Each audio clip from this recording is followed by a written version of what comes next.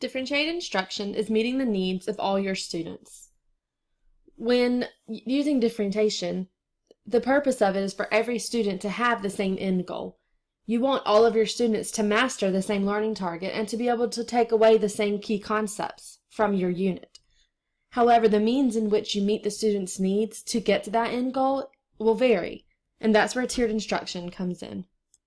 People often get overwhelmed with the thought of differentiated instruction because they feel like they're having to reach out and meet the needs of every single student individually. This is not the case. That would be impossible as you teach well over 100 students. Differentiated instruction is actually providing instructions that meets the range of several students' needs. This is where grouping, flexible grouping comes in, and having different assignments and projects that the students can choose from. Tiered instruction is a strategy that allows you to meet the students where they are, and you will be using challenges that are appropriate for them at the level in which they lay. This also avoids anxiety and for students shutting down by having work that's not too hard for them, and also avoids boredom producing by having work that's not too easy. Tiered instruction promotes success by creating a confidence in the students. When kids are confident, they're more likely to produce work and to actually stay on task. And at the end of the day, all students will still arrive at mastery of the same learning target. They've just used different means to get there. When tiering instruction, think about backward design. The first thing you want to do is start with the end in mind. What is your learning goal or target for that lesson? What do the students need to be able to accomplish and do at the end of your lesson? From there, you will choose your pre-assessment activity that you will use for determining your tiers. For this, think formative assessment, ticket in the door, ticket out the door from the previous day, an interest survey. The options can vary. From here, you will plan your 3 tiers. I would recommend you start with Tier 2. Think about Tier 2 as your average class, as the lesson that you originally would have planned. From there, you will level up to Tier 3 to students who have fully grasped the concept, and then level down to students who have a lower understanding. After you've got your tiers planned, determine your introduction plan to move into the tiers. How are you going to introduce the overall learning goal to the class as a whole? And then how are you going to transition into your tiers? Do you want it to be grouped assignments, or do you want it just to be where the students receive different assignments? The options will vary. Here are a few more options when thinking pre-assessment. Ticket in the door, ticket out the door. Online formative assessments such as quizzes, Kahoot, Socrative, there are many options.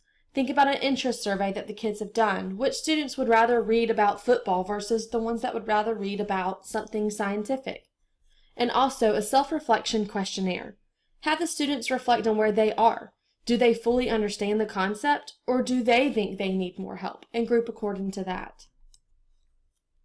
Things to avoid. When tiering instruction, there are definitely things that you want to avoid. You do not want to have lessons that are too easy or too hard for the different tiers. When work is too easy for students, they get bored, and that's when they misbehave. If work is too hard for students, they either shut down or can, in a sense, get anxiety. Assigning more work does not make it more challenging. Look at the depth of knowledge level of the work you're giving. The Tier 3 students need the higher level work. Also, especially when beginning, think about how many tiers you want to start with. You do not want to have more than you are ready to manage. I always recommend 3 as a go-to number, and especially for beginning, because it's easy to plan for and easy to orchestrate. There are several different lesson plan templates that you can use when you are designing your tiered activity. This one is a simple one that breaks down the basics. The first thing you'll look at is, what is your learning goal? What is the target that you want the students to be able to master by the end of class? CUD. What will they need to know? What will they need to understand? And what will they need to be able to do and produce based on your lesson? Then determine your pre-assessment. What form of assessment are you going to use? What interest survey are you going to use? Or which self-reflection? Following that, you will want to have your introduction, plan, for how you will introduce your learning goal. Do that as a whole class activity. Talk to them about, what the goal is for each of them. Then divide up your tiers. Have a plan for this. Do you want to have it as group work, or do you want to have individual assignments that are just differentiated according to their level? At the end, think about your closure. How are you going to pull this back together? How are you going to summarize the learning goal for the day? This is one template you have as an option. Here is another. This one has the exact same things, it's just broken down a little different. If you were to go online and search for tiered instruction lesson plan templates, the options would vary. Find what works for you. You are not limited to these. These were just my recommendations. As you write your tiered instruction lesson plan, if you have questions or things that you're unsure about or even just want an opinion on, please do not hesitate to ask me.